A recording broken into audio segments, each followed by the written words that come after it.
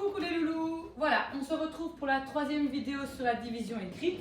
Cette fois-ci, nous ferons les divisions écrites jusqu'à ce que le reste soit 0, qu'on ait un nombre entier ou un nombre décimal.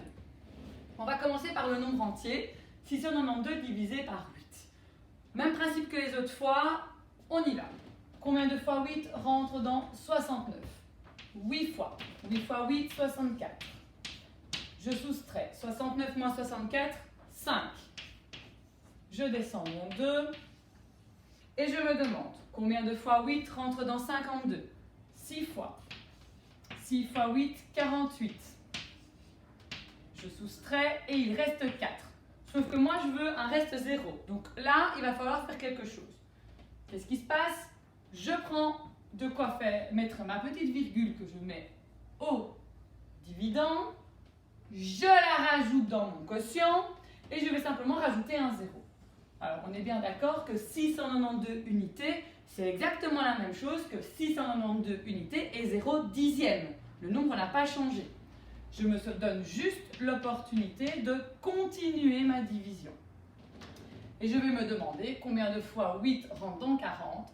5 fois 8, 40. Je soustrais et j'obtiens bien 0, objectif de la leçon. D'accord? Donc on a juste rajouté une virgule et le 0 pour pouvoir continuer. On va voir, c'est le même principe avec la division de nombres décimaux pour arriver jusqu'à 0. Alors, on y va. Combien de fois 25 rentre dans 62?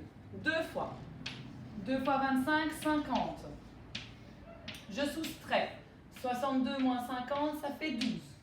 Je descends mon 5 et je me demande combien de fois 25 va rentrer dans 125. On sait que 4 fois 25, ça fait 100. Donc ça va être 5 fois, une fois de plus. 5 fois 25, 125. Je soustrais. Ça fait 0. Mais je ne peux pas m'arrêter. J'ai encore un 7. Attention, j'ai la petite virgule. Je rencontre ma virgule, je la rajoute au quotient et je descends mon 7. Alors, combien de fois 25 rentre dans 7? 0 fois. C'est pas grave, on le note. 0 fois. 0 fois 25, 0.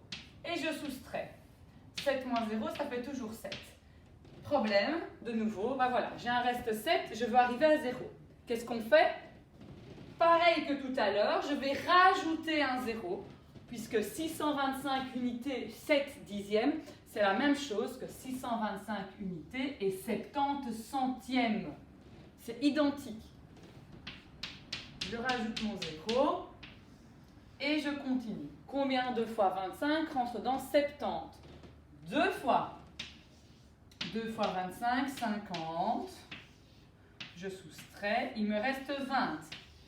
J'ai toujours pas un reste 0. Je rajoute à nouveau un 0, pas de souci. Que ce soit 7 dixièmes, 70 centièmes ou 700 millièmes, c'est la même chose, c'est équivalent. Je descends mon 0 et j'obtiens 200. Combien de fois 25 rentre dans 200?